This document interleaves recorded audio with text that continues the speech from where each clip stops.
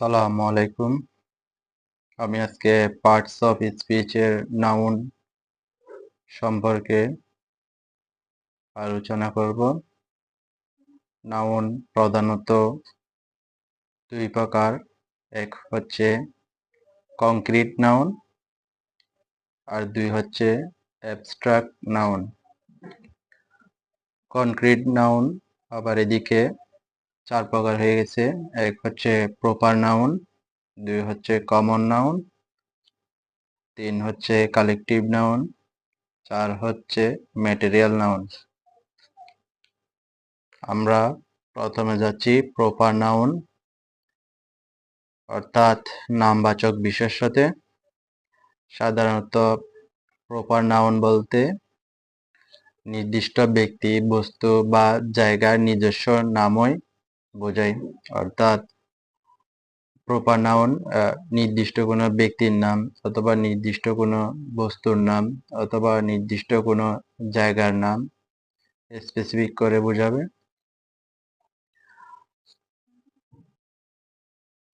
Proper noun দ্বারা সাধারণত ব্যক্তি, বস্তু বা জায়গার একটি নির্দিষ্ট পরিচিতি লাভ করে।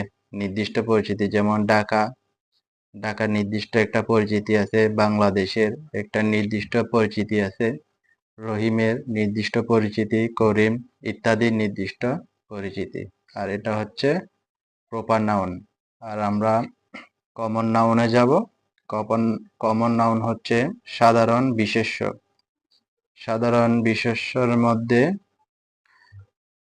নির্দিষ্ট ব্যক্তি, বস্তু বা স্থানের নাম বোঝায় না। সাধারণত নির্দিষ্ট ব্যক্তিকেও বোঝাবে না, বস্তুকেও বোঝাবে না বা স্থানের নাম বোঝাবে না। এটা দ্বারা বোঝায় কমন বলতে সাধারণ যেটা বোঝায় একই গুণ, আকৃতি, আকার সম্পন্ন সকলকে বোঝাবে। যেমন এখানে মানুষ সাধারণত একই আকৃতি এবং একই গুণের হয়ে থাকে, সেজন্য সেটা কমন নাউন। বয়, ছেলে একই ধরনের হয়ে থাকে, একই প্রকৃতির। গার্ল একই প্রকৃতির। স্টুডেন্ট সাধারণত একই প্রকৃতির হয়। বই একই ধরনের হয়। মাছ। এরপরে যাব আমরা কালেকটিভ নাউন বা সমষ্টিবাচক বিশেষ্য সম্পর্কে। কোনো ব্যক্তি, বস্তুর সমষ্টি বোঝায় কালেকটিভ নাউনে। যেমন উদাহরণ, আর্মি। আর্মি সাধারণত একজন মিলে হয় না, অনেকজন মিলে একটি আর্মি হয়। এবং অডিয়েন্স, শ্রোতা সাধারণত অনেকজন থাকে। ক্রাউড, পীর সাধারণত একজন নিয়ে হয় না, সেজন্য সমষ্টি বোঝাচ্ছে এখানে। কমিটি সাধারণত একজন দিয়ে দেওয়া যায় না। গ্রুপ সাধারণত একজনে হয় না, ফ্যামিলি একজনে হয় না, পিপল একজনে হয় না, পাবলিক সাধারণত একজন নিয়ে হয় না। সেজন্য যেগুলো গ্রুপে থাকবে, সমষ্টিগত থাকবে, সেটা কালেকটিভ নাউন। আমরা এরপরে যাব ম্যাটেরিয়াল নাউন অর্থাৎ বস্তু বা উপাদানবাচক বিশেষ্য।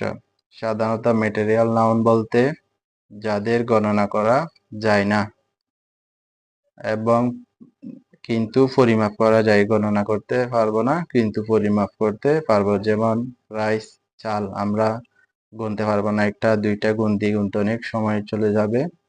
সেটা আমরা ওজনে 1 কেজি 2 কেজি পরিমাপ করি। পেপার আমরা পরিমাপ করি 1 দিস্তা 2 দিস্তা 1 গ্রাম, এরকম। গোল্ড, স্বর্ণ আমরা পরিমাপ করি। ওয়াটার, পানি আমরা লিটারে পরিমাপ করি। এখন আমরা আলোচনা করব অ্যাবস্ট্রাক্ট নাউন সম্পর্কে।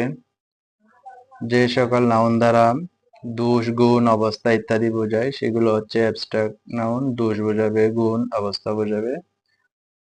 সাধারণত অ্যাবস্ট্রাক্ট নাউন চেনার জন্য CH, TH, TY, নেস, তারপরে মেন্ট, হুড, শন, শিপ, ডম, RY ইত্যাদি সাফিক্স বসে। সাফিক্স সাধারণত শব্দের পরে বসে। এরপরে যেমন সি শব্দের শেষে চয়েস, TH ট্রুথ, এরপরে CY আর্জেন্সি, TY নেস দিয়ে কাইন্ডনেস, হুড দিয়ে বয়হুড, ডম দিয়ে ওয়াইজডম মেন দিয়ে ম্যানেজমেন্ট, শিপ দিয়ে ফ্রেন্ডশিপ ইত্যাদি। আমরা এখন যাব কাউন্টেবল নাউন, যেটা গণনা করা যায়, যেমন বুক একটা বই, দুইটা বই, তিনটা বই গণনা করা যাবে। পেন একটা, দুইটা, তিনটা গণনা করা যাবে। কলম, বই, বই গণনা করা যাবে, একজন, দুইজন, তিনজন, সেগুলো কাউন্টেবল। আর আসতেছে আনকাউন্টেবল, যেগুলো গণনা করা যায় না, যেমন furniture, poetry, information, homework, rice ইত্যাদি।